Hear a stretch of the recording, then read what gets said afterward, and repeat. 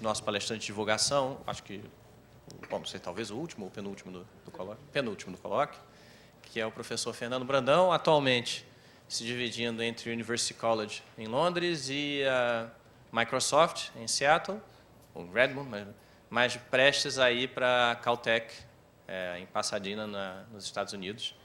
Bom, na verdade, essa parte de falar das instituições do Fernando é especialmente complicada, por isso eu trouxe esse aparelhinho aqui para conseguir listar tudo, porque ele, apesar de uma carreira curta, né, quer dizer, graduou-se na UFMG em 2004, terminou o mestrado em 2005, depois foi para um doutorado no Imperial College, em Londres, continuou lá como pós-doc, voltou para o UFMG, foi para o ETH, na Suíça, foi para o University College, passou a dividir o tempo dele com a Microsoft e agora a Caltech. Ou seja, uma carreira curta, mas com muito movimento. Ouvi falar que ele agora pretende se estabilizar. Vamos ver se isso é verdade. Bom, Fernando é um dos nomes mais destacados, não só entre os jovens, mas acho que entre todos os pesquisadores de interseção entre matemática e teoria quântica da computação e da informação. Essa é uma área de pesquisa relativamente nova, está longe de ser um assunto clássico estabelecido. É um assunto que se mexe muito depressa. Eu acho que não é exagero dizer que uma parte razoavelmente substancial desse movimento vem do trabalho do Fernando. Ele tem contribuições em vários, bom, dentro dessa área, em vários assuntos relacionados à criptografia, complexidade computacional, estatística indiretamente, aplica otimização, técnicas de mecânica quântica de muitos corpos, enfim, usando ferramentas bastante diversas, variadas, que ele domina muito bem, tem atacado uma série de problemas na união e na interseção de todas essas áreas. E eu acho que a gente vai ouvir um pouquinho a respeito disso nessa palestra. Então, sem mais delongas, deixar o Fernando falar. Muito obrigado, Roberto. É um prazer estar aqui. Na verdade, minha primeira vez no IMPA. Queria vir tem muito tempo, mas nunca tive a oportunidade. Espero que não seja a última. E o que eu quero fazer falar nessa palestra é um pouco sobre a área que eu pesquiso, que eu pesquiso nos últimos 10 anos, que é teoria da informação e computação quântica. E a ideia que eu quero passar é, primeiro, que é uma área de pesquisa muito interessante e o ponto principal é tentar entender uma questão muito fundamental, que é o limite, quais são os limites da computação e do processamento de informação no nosso mundo, que a gente sabe é descrito pela mecânica quântica. Mas mais que a gente vai olhar na segunda metade da palestra, mais especificamente para aqui, para o IMPA, que também é uma área muito fértil e interessante da matemática aplicada, e que matemáticos têm muito a fazer nessa área. Então, também será no sentido de um convite a vocês a pensarem nessa área e contribuírem nela. Então, para começar, chegar na computação quântica, a gente tem que olhar para a mecânica quântica, né? E a mecânica quântica é a nossa melhor teoria que a gente tem para descrever o mundo microscópico, né? Então, tem mais de 100 anos de idade e o sucesso da teoria é difícil achar uma outra teoria científica que é tão bem sucedida igual a mecânica quântica. Então, mecânica quântica contribuiu muito para a ciência, começando com a radiação do corpo negro, esse é o Planck. Ele foi o primeiro que viu que se colocasse os níveis quantizados, por exemplo, no espectro de emissão de uma cavidade, a gente conseguiria achar a predição dos experimentos e com física clássica não daria certo. Mas desde então essa inovação do Planck foi bem ad hoc no momento, transformou nessa teoria que tem sucesso em várias áreas, por exemplo, em física da matéria condensada, prevê o supercondutor e foi observado, e várias outras coisas, até ela, junto com a relatividade, é um dos componentes da nossa melhor teoria para partículas que a gente tem no momento, que é o modelo padrão. E não só é muito importante cientificamente, também em termos de tecnologia, ela já nos levou muito longe. Então, a gente só conseguiu desenvolver o transistor e os computadores modernos por causa da mecânica quântica, o laser a mesma coisa, e relógio atômico também um outro exemplo, todos eles usando conceitos diferentes da mecânica quântica, de certa maneira. Se quiser perguntar durante a palestra, é só me interromper, então, não preciso esperar até o final. Então, mas o que é mecânica quântica, né? E eu acho que provavelmente a maioria de vocês já leu ou já fez um curso. Então, geralmente, nesses cursos que a gente vê, tem vários princípios, né, como que a gente como a gente eleva a mecânica clássica e a mecânica quântica. Um deles é o princípio da superposição, né, que a gente tem duas funções. A gente tem a função de onda descrevendo, por exemplo, a posição da partícula, mas ela pode estar essa função de onda vai ser superposição sobre várias posições, por exemplo, ou esse famoso gato de Schrödinger, o gato pode estar vivo e morto ao mesmo tempo, em superposição. A gente observa, a gente só vê um deles, mas para descrever a física a gente tem que envolver esses estados de superposição. Tem o princípio da incerteza, também é outro fundamento importante, né, que a gente não consegue determinar com precisão máxima ao mesmo tempo a posição e o momento de uma partícula, ou energia, e quanto tempo a gente demora para fazer essa medição, e etc. E, claro, qual é a dinâmica dos fenômenos quânticos é descrito pela equação de Schrödinger, né, que é uma equação diferencial de primeira ordem. Então, isso é a maneira que a gente vê no primeiro curso de mecânica quântica, e aí boa parte do curso, né, a gente gasta resolvendo equação diferencial, entendendo como que uma partícula, quais são as propriedades dessa partícula no poço quântico, ou tunelamento, etc. Né? Então, quem só fez um curso de mecânica quântica, essa é a ideia da teoria, mas é claro que é muito importante, mas esse não é o foco que a gente tem na teoria da informação quântica. A maneira que a gente vê a mecânica quântica, na teoria de informação e computação quântica, que é mais útil para o que a gente quer estudar, é simplesmente pegar os sistemas quânticos mais simples possíveis, eles serão um sistema quântico de 2 níveis, a gente chama de um qubit, e ver como a mecânica quântica é uma generalização simples da teoria de probabilidade, mas trocando uma regra básica, que é como a gente calcula a probabilidade. Então, deixa eu fazer essa analogia entre o bit clássico, o sistema mais simples clássico de 2 níveis, e o qubit quântico, e o bit probabilístico, que é intermediário entre os dois. Então, quais são as configurações? Bom, na mecânica clássica, esse sistema mais simples vai ter 2 estados, 0 ou 1, o bit probabilístico também e o bit quântico também. Então, sempre que a gente fizer uma medição, a gente só vai ver 2 resultados, 0 ou 1.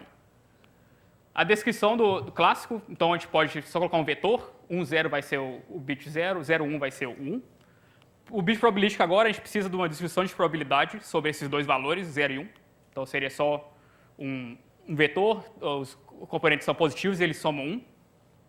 Agora, a única coisa que a gente tem que mudar na mecânica quântica é que, em vez de ter esse vetor de probabilidade, a norma L1 ser igual a 1, a norma L2 vai ser igual a 1. E a gente não pede nenhuma positividade dos elementos. Então, você pode pensar a mecânica quântica como teoria de probabilidade baseado em uma norma L2, em vez de L1. A observação do bit é sempre determinística, ou 0 ou 1. O bit probabilístico, a gente vai medir com as determinadas probabilidades, 0 ou 1. E como a gente faz na mecânica quântica? Bom, a gente tem que associar um vetor de probabilidade a esse vetor unitário. A gente faz usando a fórmula de Born, né, que então a probabilidade de medir 0 é esse componente, o módulo ao quadrado, e de medir 1 é beta, o valor absoluto ao quadrado. Então, isso fala quais são o estado e como é a medição. A gente tem que entender agora como é a evolução na teoria, então, como a gente muda um estado para o outro. No bit clássico, tudo é determinístico, tudo que a gente pode fazer é mudar 0 para 1, ou 1 para 0. O bit probabilístico é mais interessante, a gente quer mapear um vetor de probabilidade em outro vetor de probabilidade, então a gente quer aplicar um mapa estocástico. Se a gente pensar qual é a classe de matrizes que mapeia um vetor unitário e outro vetor unitário, a gente vai ver que são as matrizes, um vetor normalizado L2 e outro normalizado, a gente vai ver que são as matrizes unitárias. Então a dinâmica na mecânica quântica vai ser só matrizes unitárias.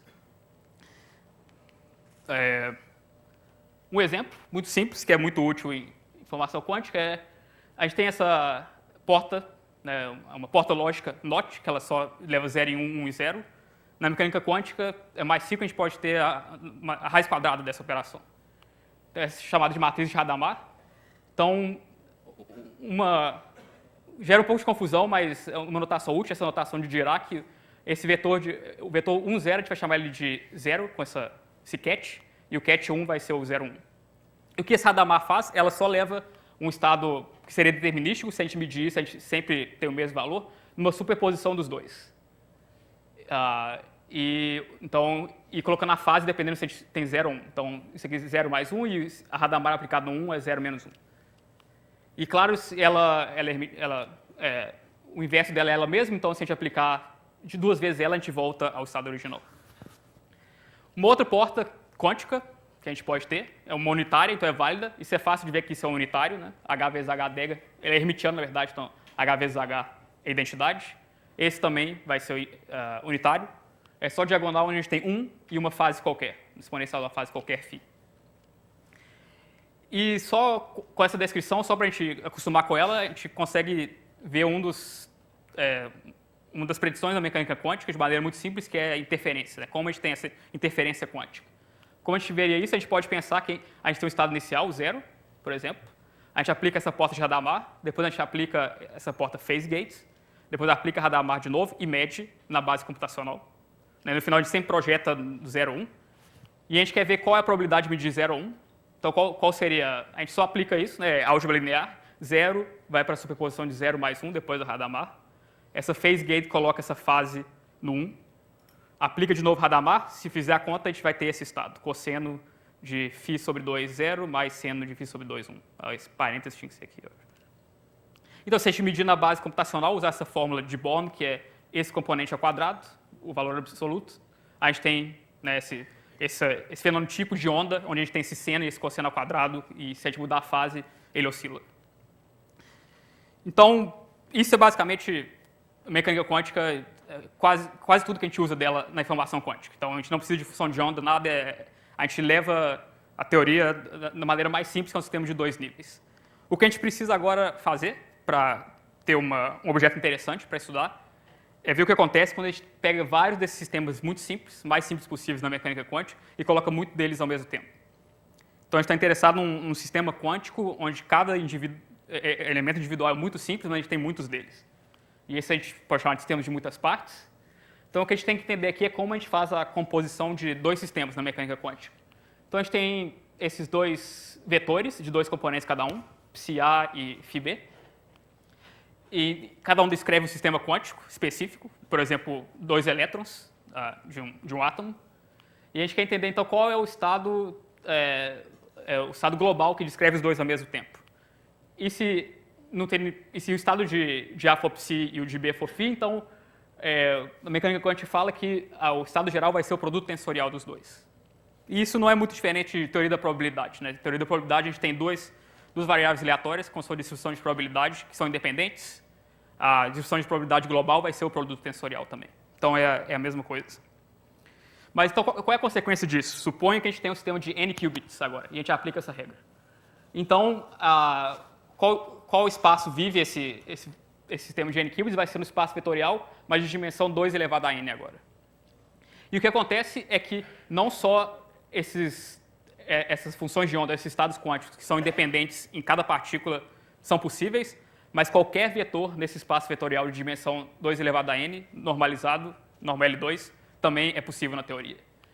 Então os estados quânticos de n spins, ou n qubits, eles são descritos por uma função de onda dessa forma, onde a gente precisa 2 elevado a n menos 1 números complexos para descrever ele. Pensa nisso como uma base computacional, todos esses eles variam entre 0 e 1, e 1 é 0 a 1, até n pode ser 0 a 1, e a gente tem esse tensor de 2 elevado a n componentes. Normalização é igual a 1, isso corta um parâmetro, mas a gente ainda tem 2 elevado a n menos 1 parâmetros. Então você vê que a complexidade aumenta muito rápido com o número de partículas. E você pode falar, bom, mas o mesmo acontece com vetor de probabilidade também, mas isso não quer dizer nada mais, porque a gente pode sempre, por exemplo, simular a evolução fazendo o sampling. Mas a gente já vê que na mecânica quântica é mais complicado. Então, dado um sistema quântico, e só para fazer a conexão de novo com o que você pode ter ouvido antes, descrito por um hamiltoniano H, que é o gerador da evolução unitária. Então, por exemplo, se for independente no tempo, a evolução unitária seria exponencial ITH. Como a gente calcula as quantidades de interesse? E as quantidades de interesse serão, por exemplo, medir todos os qubits, ou um deles, na base computacional e ver qual é a distribuição de probabilidade que a gente tem. Então, isso são as quantidades que a gente quer entender em física e que a mecânica quântica dá a fórmula, como a gente calcula, mas a gente quer saber qual é o procedimento, qual é o algoritmo para fazer isso, qual é a melhor maneira de computar esses números. E se a gente só fizer o procedimento ingênuo de pegar o estado inicial, aplicar essa matriz unitária, que seria uma matriz 2n por 2n, 2 elevado a n por 2 elevado a n, e no final só calcular essa distribuição de probabilidade, a gente vê que a gente tem que manipular 2 elevado a n números, e isso totalmente ineficiente. Então, isso pode ser só o fato que a gente não tem um bom algoritmo ou pode ser alguma coisa mais fundamental que acontece. E o que eu quero argumentar agora é que é uma coisa mais fundamental, que mecânica quântica fornece um novo paradigma computacional que a gente pode estudar. Então, qual é um problema, pode chamar do físico quântico praticante, que todo mundo que trabalha com física, de muitos corpos, tem que enfrentar todo dia, e algumas vezes não tem o que fazer, outras vezes tem, é que simular sistemas quânticos parece ser extremamente difíceis. Então, isso é um plot que muita gente na área usa agora, mas eu acho que mostra a mensagem muito bem. É o uso de supercomputadores por área, eu acho que é supercomputadores do Departamento de Energia dos Estados Unidos. E aí você pode olhar vários dos que mais gastam tempo, Material Science, Chemistry, Let's Quantum Chromodynamics e etc. E você vai ver que muitos deles, o que você está fazendo é simular a equação de Schrödinger. Você está simulando o sistema quântico de muitas partes. Então você vê que uma boa parte do tempo de supercomputador é destinado exatamente tentando resolver esse problema, que é simular sistema quântico de muitas partes. Então, claro, se a gente conseguisse uma maneira melhor de fazer isso, seria muito relevante em termos do custo que a gente tem atualmente tentando resolver esse problema computacional. E isso foi talvez uma das primeiras pessoas a escrever sobre esse problema e entender ele da maneira moderna que a gente entende, é o Richard Feynman. E em 81, ele nunca chegou a trabalhar diretamente com computação quântica, mas ele foi um dos primeiros a escrever sobre a área. Ele tem um artigo visionário, em algum sentido, sobre a área. E várias coisas desse artigo foram redescobertas depois. E uma das coisas que ele fala lá é que ele fala, traduzindo, que tentar achar uma simulação computacional da física parece ser um programa muito interessante de seguir. E eu não estou muito feliz com as análises que só falam que só usa mecânica clássica, só usa teoria clássica, porque a natureza não é clássica. E se você quer fazer uma simulação da natureza, você tem que considerar a mecânica quântica. E isso é um problema maravilhoso, porque não parece tão simples. Então, ele foi o primeiro, ou um dos primeiros, pelo menos, a escrever que esse problema intrínseco da mecânica quântica, que ela parece ser muito mais difícil de simular do que a mecânica clássica. E um tempo depois, um dos pioneiros da área, esse sim, que foi um dos que começou a trabalhar ativamente na área, David Deutsch, ele também ele foi o primeiro a falar a ideia do que seria esse computador quântico. Ele falou computadores que parecem com um computador quântico universal. Ele não definiu o que era, mas hoje em dia a gente entende o que é. Poderiam, em princípio, ser construído e teriam propriedades espetaculares, não reproduzíveis por máquinas de Turing, que quer dizer simplesmente o computador clássico que a gente tem hoje em dia. Então, ele está falando aqui que um computador quântico seria diferente do computador que a gente tem hoje em dia, e ele falaria a teoria da complexidade computacional dessas máquinas merece ser investigado mais. E é isso, na verdade, o que a gente está fazendo exatamente essa sugestão do David Deutsch. Uma curiosidade, porque o David Deutsch começou a interessar nesse problema foi porque ele acredita muito fielmente nessa interpretação da mecânica quântica dos universos paralelos. E aí ele fala, bom, então qual é uma maneira de provar que os universos paralelos têm que existir? Ele falou, então talvez seja fazer a computação quântica, porque se a gente consegue resolver um problema muito mais rápido que a gente consegue de outra maneira usando a mecânica quântica, a computação tem que ser feita em algum lugar. Então, onde ela está acontecendo em todos esses universos ao mesmo tempo. Essa era a ideia dele, e infelizmente para ele ninguém levou isso muito a sério, mas pelo menos muita gente começou a estudar quais são as consequências da mecânica quântica da computação. Então, qual é a conclusão do que esses dois pesquisadores estavam falando? Então, a gente tem três fatos. As leis da física são quânticas. 2, que esses sistemas quânticos de muitas partes parece que eles são computacionalmente difíceis de serem simulados. Mas 3, bom, esses sistemas quânticos existem, a gente pode fazer um experimento com eles. Então, de alguma forma, a natureza está realizando essa simulação. Então, a ideia é usar esses sistemas para o nosso benefício, para tentar fazer alguma coisa que a gente não consegue fazer com nossos computadores normais. Então, a pergunta é se a gente pode construir um computador baseado nas leis da mecânica quântica e qual seria o poder desse computador, quão melhor ele seria do que os computadores normais. Então, essa é uma das perguntas fundamentais do campo.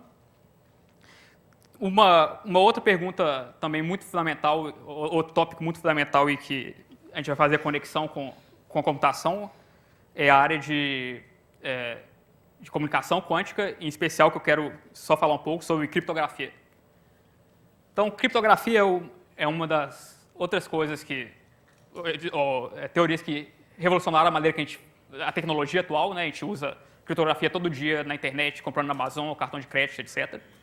Funciona muito bem.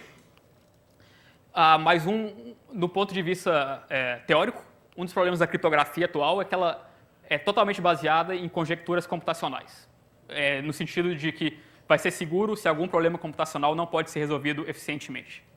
E elas são bem plausíveis e a gente não tem nenhum motivo para não acreditar nelas, mas elas não são conjecturas, elas não são provas. Um exemplo particular que é muito conectado com a computação quântica é esse sistema RSA, que é o mais usado atualmente.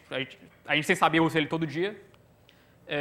E ele é baseado num problema computacional e ele é baseado na conjectura que fatorar um número, por exemplo, 15 é igual a 5 vezes 3, mas se eu te dou um número com n bits, n muito grande, vai ser muito mais difícil achar os fatores primos dele.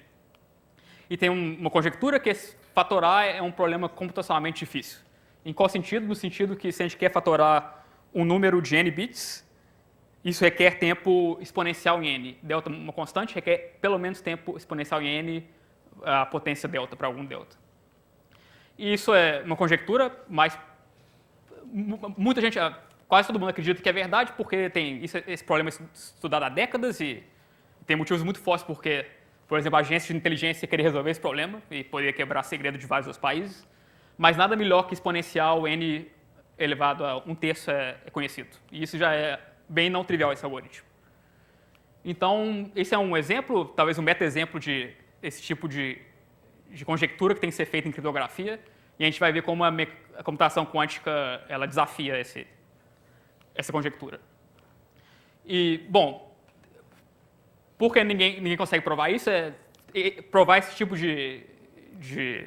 por exemplo, que esse problema é computacionalmente difícil é um dos maiores problemas da matemática e literalmente se consegue resolver ele, você ganha $1 milhão, é um dos problemas do Instituto Clay, que basicamente seria provar que P é diferente de NP. Então, não é só que é alguma coisa que... A gente não espera ver nenhuma prova desse tipo de problema tão cedo, a não ser que a gente seja bem surpreendido. Então, quais são talvez dois pilares da informação quântica? Um é essa ideia da computação quântica, e o que a gente quer fazer nessa computação quântica é utilizar esses sistemas quânticos, fazer eles no laboratório, mas controlar eles muito bem, e usar esses sistemas bem controlados para fazer computação que é útil para a gente. Porque é uma ideia muito interessante, porque para alguns problemas esse computador ele oferece um aceleramento exponencial com relação aos computadores que a gente tem hoje em dia, computação clássica. E um exemplo, e o melhor exemplo, é exatamente para esse problema da fatoração. Peter Shor, em 94, ele provou que existe um algoritmo polinomial em número de bits ao cubo para fatorar números, se você tem um computador quântico. E outro problema muito útil seria simplesmente simular sistemas quânticos, que é esse problema que todos os físicos gastam muito tempo tentando resolver, e se a gente tivesse um computador quântico, ele seria quase que por definição resolvido facilmente. Então, essa é uma das ideias. Esse algoritmo de fatoração realmente começou o campo, depois dele todo mundo viu que seria muito interessante se esse tipo de computador pode ser construído, e começou a fazer pesquisa na área. Um outro pilar é exatamente uma outra ideia que a mecânica quântica oferece para a gente, que não é possível clássico, que é um tipo de criptografia que não é baseado em nenhuma hipótese computacional. Então, usando sistemas quânticos bem controlados, de novo, a gente consegue fazer uma distribuição de chave secreta tal que a segurança é incondicional. Não é baseada em nada, ela só é baseada na validade da mecânica quântica. Então, se a mecânica quântica é correta, tem um jeito de fazer criptografia que não pode ser quebrada. E isso seria útil especialmente se a gente tem um computador quântico, porque o sistema que a gente usa hoje em dia não seria seguro mais. Então, isso são, talvez, motivações tecnológicas para estudar a área, e são interessantes, são relevantes, mas, na minha opinião e opinião de outros, esse problema é mais profundo do que isso, é um problema de ciência básico que é muito interessante, E o Scott Erson, que é um pesquisador da área, ele colocou isso de uma maneira muito clara, que eu gosto, e eu vou falar essa versão dele. Ele chamou de... O algoritmo de Shor nos dá um Shor's Trilemma, que é o seguinte. Por causa do algoritmo quant Shor para fatoração, tem três coisas, duas delas só podem acontecer. Uma, a hipótese de Church-Turing estendida, que fala que qualquer computador universal pode simular o outro de maneira eficiente. Por exemplo, se a gente esse computador, ou se a gente tem uma máquina de Turing, claro que tem um overhead para um simular o outro, mas vai ser sempre polinomial. Um nunca vai ser exponencialmente mais rápido que o outro. E até a computação quântica, essa tese, claro que isso não se prova, mas é uma tese, parece que todo mundo acreditava nela. E ela realmente é um dos fundamentos da teoria da computação, ou pelo menos foi por décadas. Ou essa tese estendida é errada, ou a mecânica quântica é errada. Então, o algoritmo de Shor não funciona porque a mecânica quântica ela não é da maneira que a gente acha que é. Ou existe um algoritmo clássico eficiente para fatorar números, que também, depois de décadas estudando, a gente parece altamente implausível. Bom, então as três são altamente improváveis, mas ao menos uma delas é verdadeira. Então, a gente coloca isso mostra que alguma das coisas que a gente acredita fortemente é errada, e isso é muito interessante, né? Entender qual dessas três que são erradas. E o que a gente acredita na área, muita gente, mas é claro que está aberto a todas as possibilidades, é que isso é o que está errado, a Church-Turing estendida. Então, que a gente tem esse novo modelo de computação quântica, que parece, bom, é o modelo escolhido pela natureza, né? Então, a gente, se a mecânica quântica, assumindo que a mecânica quântica está certa, a gente tem esse modelo de computação, e ele é fundamentalmente diferente do modelo que a gente tinha antes. Um não é comparável com o outro. Então, dado isso, é interessante entender o que é esse modelo novo, né? E o que a gente pode fazer com ele e o que a gente não pode. Então, bom, isso foi muita motivação, mas o que é o computador quântico, afinal? Como ele funciona? Como ele funciona é simplesmente compondo todos esses elementos simples que eu falei antes na definição de um qubit na mecânica quântica para sistemas de 2 níveis. O que a gente faz, a gente compõe ele igual a gente compõe um computador normal, com portas lógicas entre 2 bits e etc. Então, a gente tem um tanto de qubits quânticos, sistemas quânticos de 2 níveis. A gente inicializa eles num estado específico, todo zero, por exemplo. E a gente aplica um tanto de porta quântica, ou unitárias, matrizes unitárias, mas onde cada uma atua apenas, por exemplo, em 2 qubits ao mesmo tempo. Então, primeiro a gente faz esses 2 qubits interagir, depois a gente faz esses dois, depois esses dois, e assim por diante. Então, o estado no tempo t, depois de t portas terem sido aplicadas, a gente começa no estado inicial, tudo zero, por exemplo. Estado bem simples de ser preparado. A gente prepara, por exemplo, cada átomo no estado fundamental. E a gente começa a aplicar essas portas quânticas, uma depois da outra. Qual é a notação que eu uso isso? Isso é uma matriz unitária de 2 qubits, então é uma matriz unitária 4x4. E isso quer dizer, o L, a matriz unitária no tempo L, ela atua, por exemplo, nos qubits I e J. Então ela atua, por exemplo, essa aqui estaria nos qubits, essa está no qubit 1, mas essa no qubit 2 e 3, essa no qubit N menos 1 em N. E no resto, você coloca a matriz de identidade, produto tensorial. Então, ela só atua não trivialmente nos qubits I e J. E o que a gente faz no final? Bom, a gente mede todos esses qubits no final, usando o que é a mecânica quântica, a predição da mecânica quântica, regra de Born, e a gente obtém essa distribuição de probabilidade sobre esses outputs, que é dado por essa fórmula. E aí, basicamente isso. Então, e uma vez que a gente tem essa distribuição de probabilidade, a gente tenta resolver o problema. Então, por exemplo, o algoritmo de Shor, eu não vou explicar como funciona, mas esse seria o circuito quântico. Você aplica essas matrizes Hadamard que eu falei antes, faz uma fase que é chamada modular exponentiation, aplica uma transformada de Fourier quântica e mede tudo. E demoraria mais tempo, mas você consegue mostrar que, medindo esses qubits no final, você consegue achar os fatores primos do número se você escolher essa parte da maneira apropriada. Então, qual a ideia? Bom, então, a regra do jogo é basicamente essa, é tentar achar circuitos que resolvem problemas que a gente não consegue resolver classicamente, eficientemente, quântico. Mas uma pergunta, então, ok, isso é na teoria, como a gente, né, descreve esse sistema, como é na prática, né? Então, as pessoas estão tentando construir esse computador e se elas estão qual é a cara desse computador? E tem muitos grupos tentando construir, e a maioria das pessoas trabalhando na área de computação quântica e informação quântica, elas são experimentais, então elas estão tentando construir. É muito difícil construir esse tipo de computador e provavelmente vai demorar muito tempo, mas tem vários candidatos. Então, tem gente que coloca um átomo ou vários átomos dentro de uma cavidade óptica e com laser manipula o estado do átomo para formar o qubit. Tem gente que coloca várias ondas de laser standing waves e faz esse potencial periódico e armazena e trap átomos lá dentro e manipula esses átomos. O controle individual não é tão bom, mas eles conseguem colocar vários átomos lá, tipo 10 mil, na ordem de 10 mil, e colocar eles num estado quântico interessante. Ion Trap também, eles de novo aprisionam íons agora e manipulam com laser o estado eletrônico deles. E outros NMR, ótica linear. E o mais promissor é esses qubits supercondutores, que eles fazem com a junção de Josephson, por exemplo. E ainda é um longo caminho, mas parece que talvez seja a maneira de chegar algum dia à computação quântica. E quando essa ideia do algoritmo de Shor apareceu e a computação quântica começou a ser mais estudada, muita gente não acreditava que isso funcionaria e achava que basicamente computação quântica era só mais um exemplo numa longa lista de exemplos onde as pessoas acham esses modelos computacionais milagrosos que resolvem, por exemplo, problemas NP difíceis, mas que na verdade nunca vão ser implementados na prática. E todos eles, de uma certa forma ou outra, eles estão fazendo computação analógica.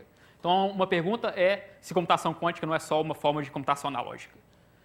Então, tem várias propostas de computação analógica para resolver problemas NP difíceis em tempo polinomial, desde realmente construindo uma computação onde os bits onde a informação é armazenada num número real, por exemplo, e aí, é claro, você consegue fazer todo tipo de computação que você quiser, até, por exemplo, fazer computação com bolha de sabão, e porque o problema de achar a geometria ótima de uma bolha de sabão é um problema NP difícil, se você faz isso na prática, você está resolvendo esse problema computacionalmente difícil. Mas claro que nada disso funciona, e tem motivo muito claro por que não funciona, e é basicamente, exatamente por ser analógico e por ser baseado num grau muito alto de precisão para funcionar, o problema crucial é que isso não é robusto, não é suscetível a erro. Então, qualquer erro vai destruir a computação. Então, isso na prática, no papel você pode propor isso, mas na prática nunca vai ser realizado. Então, tem um trade-off, né? A gente está colocando demais no modelo, mas a gente é só utópico, nunca vai ser realizado. E aí, se você pensar na computação quântica, talvez seja o mesmo, né? A gente tem esse estado quântico que é descrito por um número exponencial de parâmetros.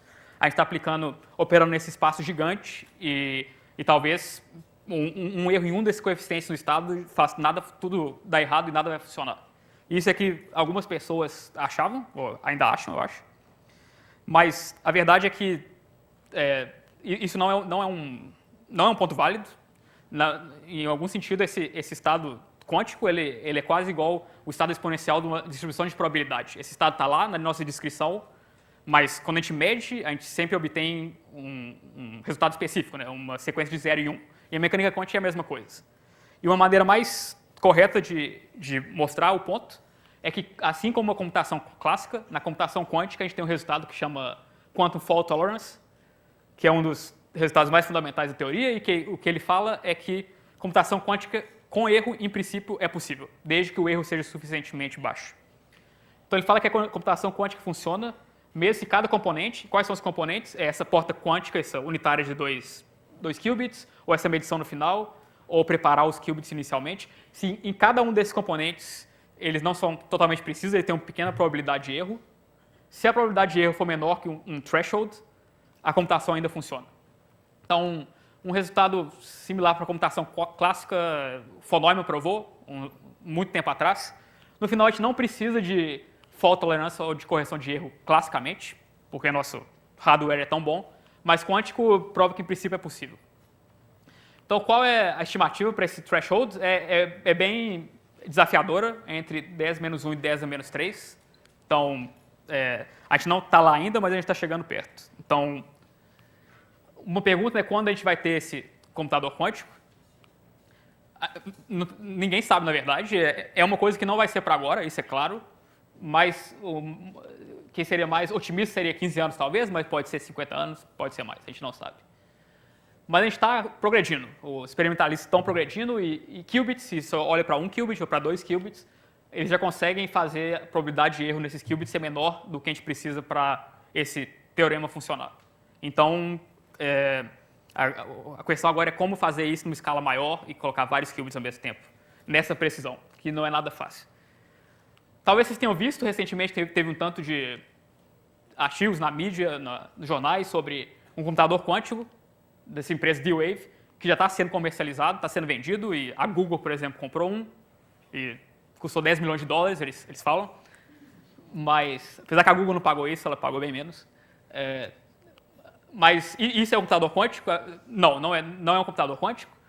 Isso, na verdade, seria uma versão, seria exatamente essa versão desses computadores analógicos. É um computador quântico, mas analógico. Ele não tem correção de erro nenhum. Eles simplesmente colocaram o maior número de qubits possível e falaram, ok, seja o que Deus quiser, vamos ver o que acontece.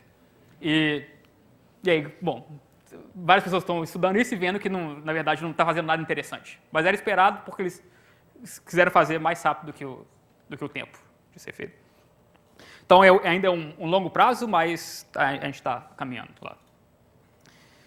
Então, isso é computação quântica, a ideia, bem por alto. O que seria a ideia básica da criptografia quântica agora? Esse outro pilar, né, da informação e da computação quântica. E a criptografia quântica usa uma outra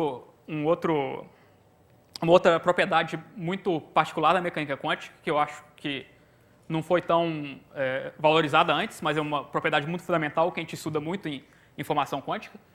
E para chegar nessa propriedade, vamos olhar para um problema muito simples, que é bits clássicos que são maximamente correlacionados. Então, qual é a descrição deles? A descrição deles é muito simples. Suponha que Alice e Bob, duas pessoas, eles têm correlações máximas. Qual é a distribuição de probabilidade que descreve isso?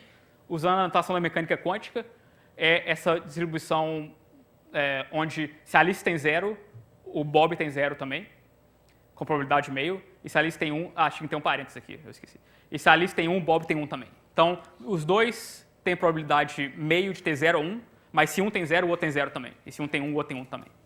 Então, eles são maximamente correlacionados. E para uma chave secreta, a gente quer isso. Numa chave secreta, a gente quer que as correlações são perfeitas. Mas qual é o problema? O problema é que na mecânica clássica, usando a mecânica clássica, essa chave nunca pode ser incondicionalmente segura. Porque a gente sempre pode pensar que tem um adversário, if, por exemplo, aqui. Então, uma distribuição de probabilidade entre Alice, Bob e Eve.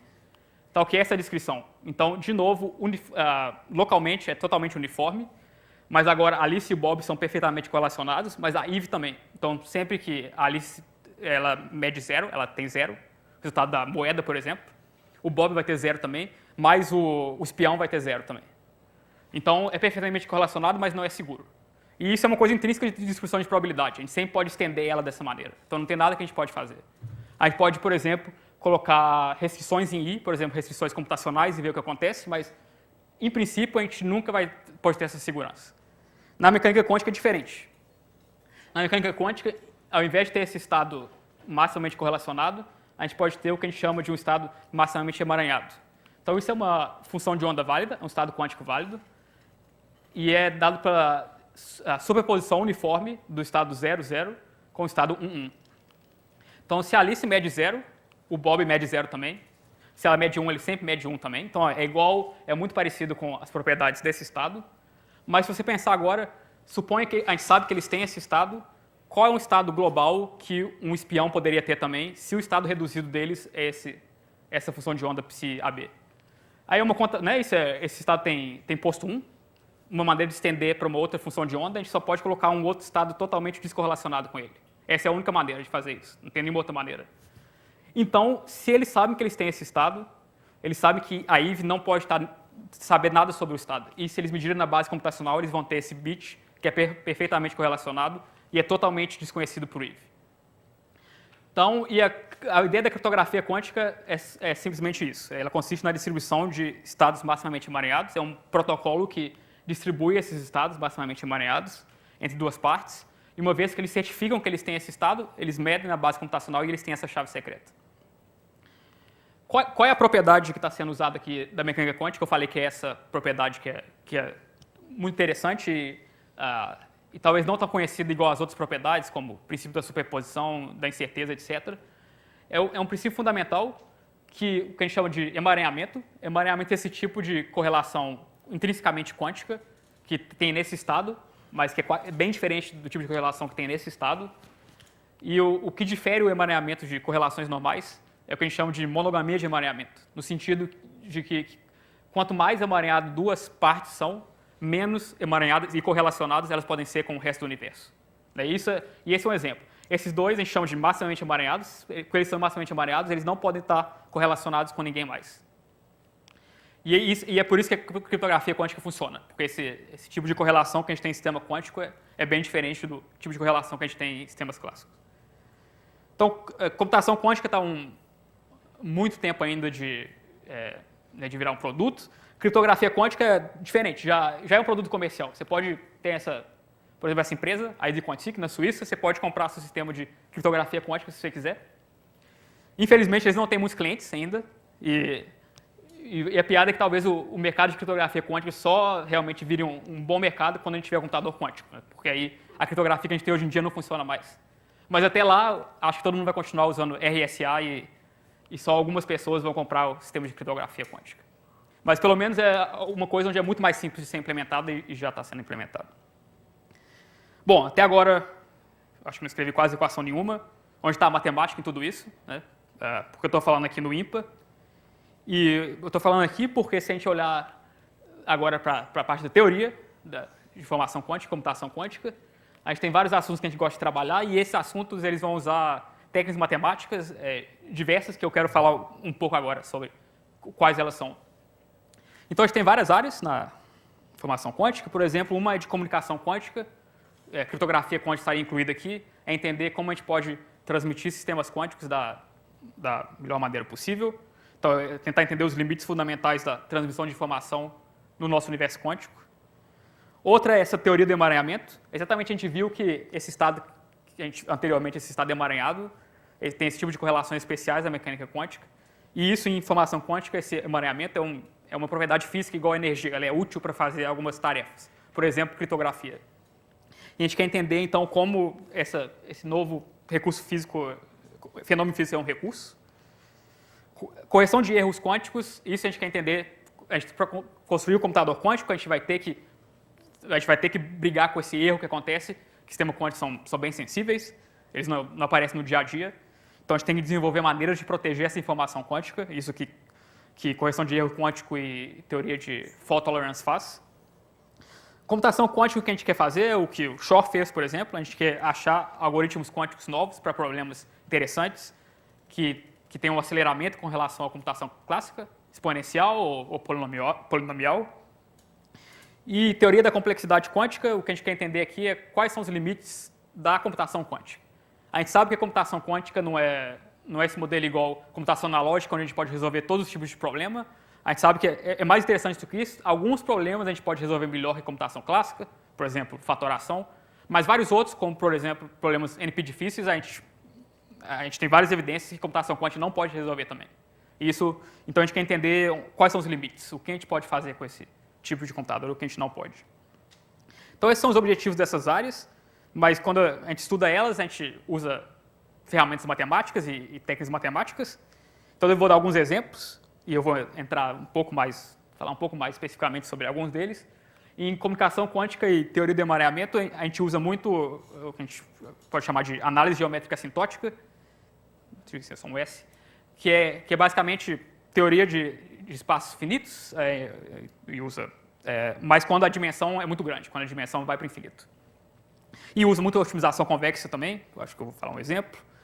Em correção de erros quânticos, tem uma conexão muito bonita com topologia, que é o trabalho do Kitaev e do Mike Friedman. Mike Friedman ele ganhou a medalha Fields em topologia muito tempo atrás, topologia de baixa dimensão 3, dimensão 3, eu acho. E desde então, 4 quase lá.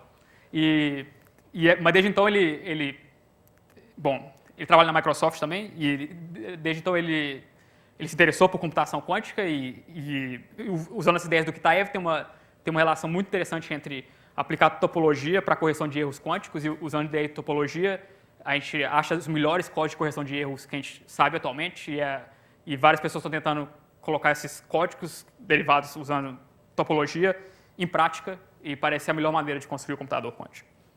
Não vou falar mais sobre isso, infelizmente. Em computação quântica, esses algoritmos quânticos eles usam muito teoria dos números, teoria da representação é muito usada também. E teoria da complexidade quântica, teoria espectral é muito usada, cadeia de Markov muito e combinatória também. Então, e claro que álgebra linear e análise funcional é mecânica quântica ainda, né? Então isso é usado em todas essas áreas. Então, tem muitas conexões interessantes com áreas diferentes da matemática e uma das coisas que eu acho... Então, de certa forma, você pode pensar no que a gente faz como física matemática, e é verdade, mas eu acho que uma das coisas interessantes é que, como o nosso foco é diferente, a gente tem esse espaço de dimensão finita, mas quando a dimensão cresce, a gente tem muitos desses sistemas, as técnicas que a gente usa é um pouco diferente do que as técnicas que são usadas na física matemática tradicional da mecânica quântica, onde seria muita análise funcional e etc. Então, o foco é um pouco diferente. Então, o que eu quero fazer agora nos últimos 10 minutos é só pegar um exemplo particular dessa conexão e falar um pouco mais em detalhe. Ups.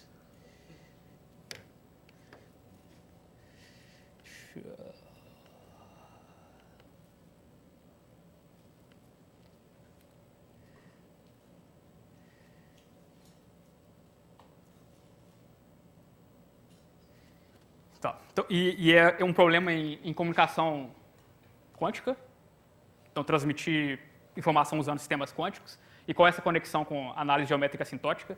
Aqui, ó, desse aí. E o problema, na verdade, foi o primeiro problema que foi estudado em informação quântica por um cientista chamado Rolevo. Ele estava na Rússia e ele começou a pensar isso 15 anos antes de todo mundo e ele obteve um dos primeiros resultados, que é muito interessante. E a questão que ele começou a estudar é muito natural, até do ponto de vista, a gente não está interessado nessas novas vantagens da mecânica quântica, que é o problema que, dado um canal de comunicação quântica, e, por exemplo, uma fibra ótica vai ser um canal, né? Uma fibra ótica, se a potência dos fótons é baixa bastante, vai ser descrito pela mecânica quântica, vai ter ruído quântico. Qual é a melhor estratégia para transmitir bits clássicos? Então, a gente não está interessado em bits clássicos, 0 ou 1, informação que a gente usa o tempo todo, mas agora, por algum motivo, tem um ruído quântico nesse canal e a gente quer entender a melhor maneira de codificar a informação. Então, você pode perguntar o que é o canal quântico, né?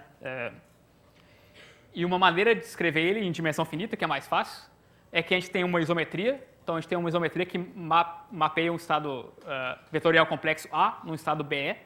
Todos eles são só espaços de dimensão finita, então espaços vetoriais complexos. E o canal quântico é só a composição dessa isometria. Então, a gente tem um estado ρ quântico em A. Esse estado é mapeado no estado maior em BE.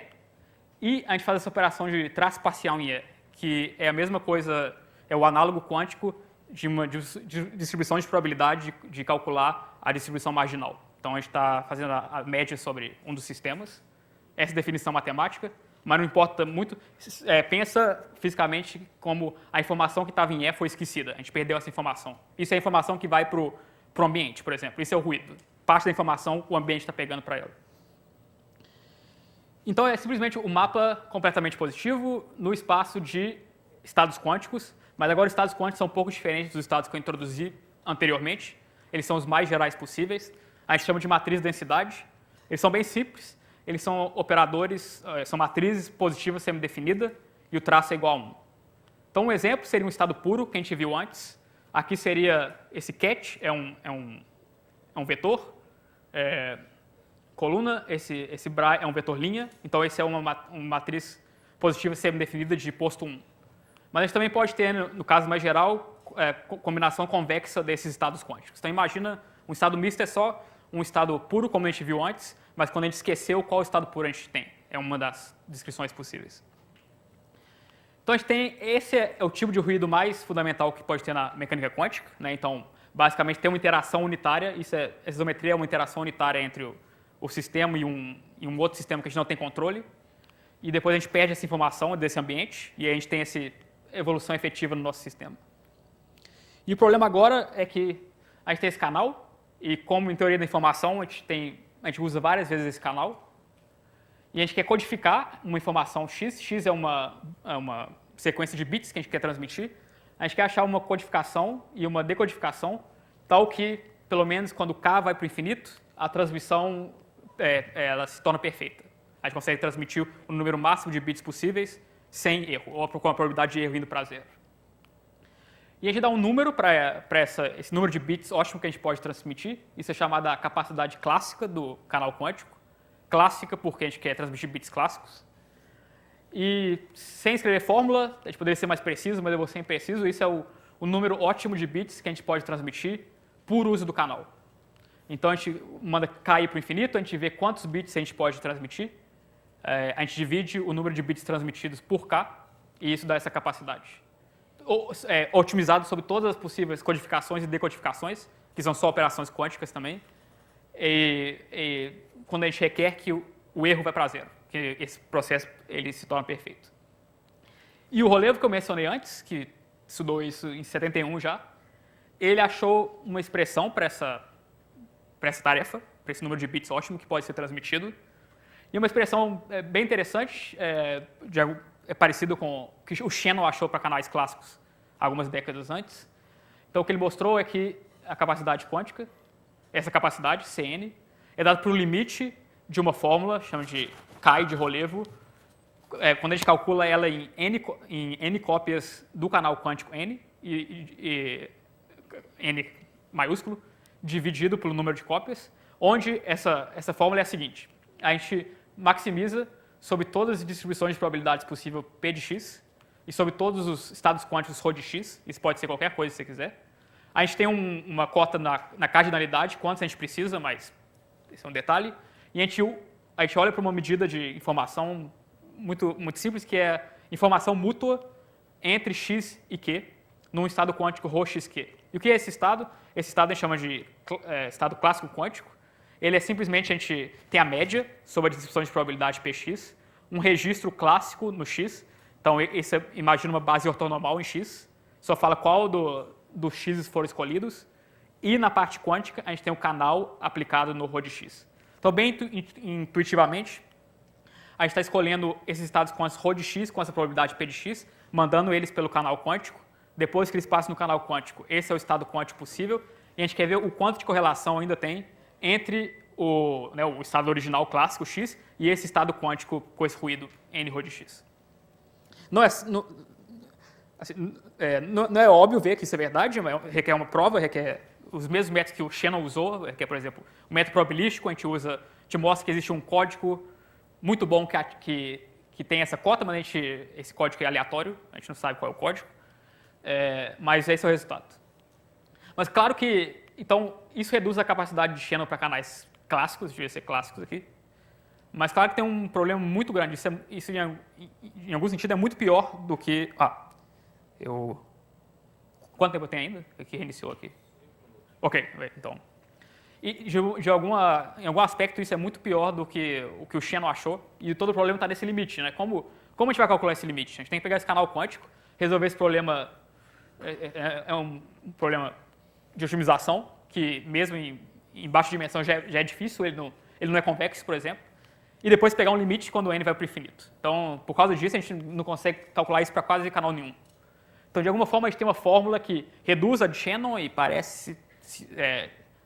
É parecido com a de Shannon, mas em outros sentidos é muito pior. Então, uma pergunta é se esse limite é necessário mesmo. A gente tem que pegar esse limite. E algum tempo atrás, mais de 20 anos atrás, em 94, várias pessoas começaram a acreditar, por causa de exemplos específicos que poderiam ser calculados e alguns testes numéricos, que na verdade esse limite não é, a gente não precisa tomar esse limite, que essa função Chi, ela é aditiva. Então, se a gente pegar dois canais quânticos e o canal conjunto deles é dado pelo produto tensorial dos dois, essa função Chi ela é aditiva desse produto tensorial. E se isso for verdade, a gente não precisa do limite aqui. Isso foi uma conjectura, acho que a maioria da comunidade acreditou por muito tempo, até um trabalho do Hastings, que também é meu colega na Microsoft Research, e ele na verdade era um cara fora da informação quântica, ele é físico da matéria condensada, mas depois ele mudou. E ele teve vários resultados muito bonitos, e um dos que mais surpreendeu a comunidade foi que, na verdade, isso não é verdade. Que é uma má notícia, mas é o que é. Então, tem um contra-exemplo, em geral a gente precisa desse limite, e uma maneira de obter esse contra-exemplo é se a gente considerar canais aleatórios escolhidos pela medida de Ra, numa dimensão muito grande e apropriada, a gente consegue provar que existe esse contra-exemplo. E é isso que eu quero, a última coisa que eu vou falar, é essa conexão desse contra-exemplo com o resultado de análise geométrica assintótica, que talvez alguns de vocês conheçam, chamado de Teorema de Dvoretsky, é um teorema muito bonito nessa área, e esse contra-exemplo que foi achado, apesar que o Reis não formulou dessa maneira, foi reinterpretado depois como simplesmente uma instância desse teorema de Dvoretsky. Então, isso é um exemplo de como né, áreas da matemática são úteis na pesquisa de informação quântica. Então, esse é o problema original. Suponha que a gente quer provar que não é aditivo. O mesmo Shor do algoritmo, ele provou um tempo atrás, simplificou esse problema e mostrou que provar que não é aditivo é o mesmo que provar que uma função muito mais simples, que é o chamado de entropia de saída mínima de um canal quântico, isso é a entropia de von Neumann, não é aditiva.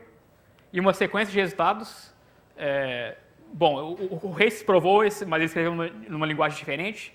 Eu trabalhei um pouco nisso, depois esse grupo de matemáticos, eles chegaram nessa formulação, eles mostraram que seria uma maneira de desprovar isso, e isso não é nem um pouco óbvio, mas não é muito difícil também, só eu requeri um tempo para mostrar, que ele provou que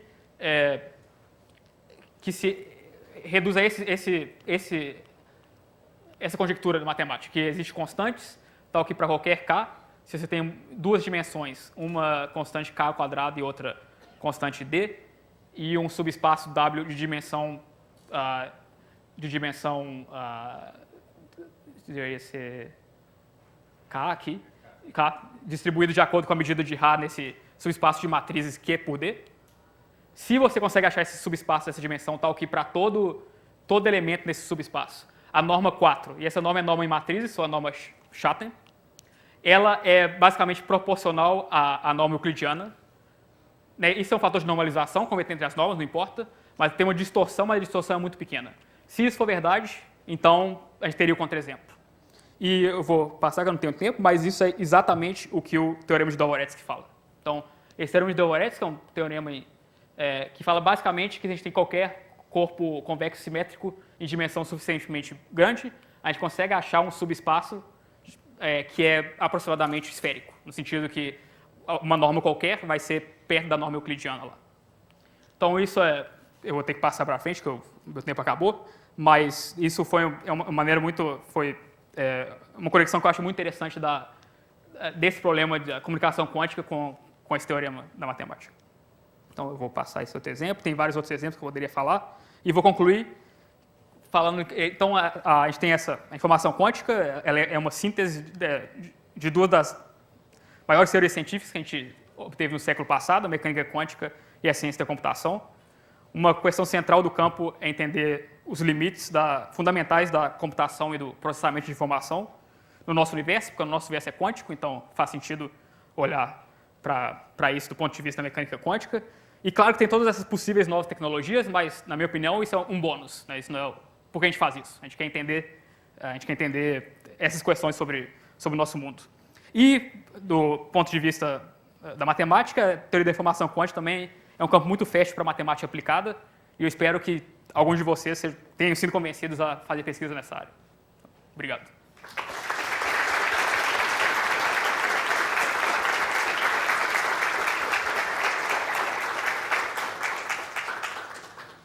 Bom, infelizmente a gente não tem muito tempo para perguntas, mas acho que uma ou duas perguntas rápidas a gente consegue acomodar aqui.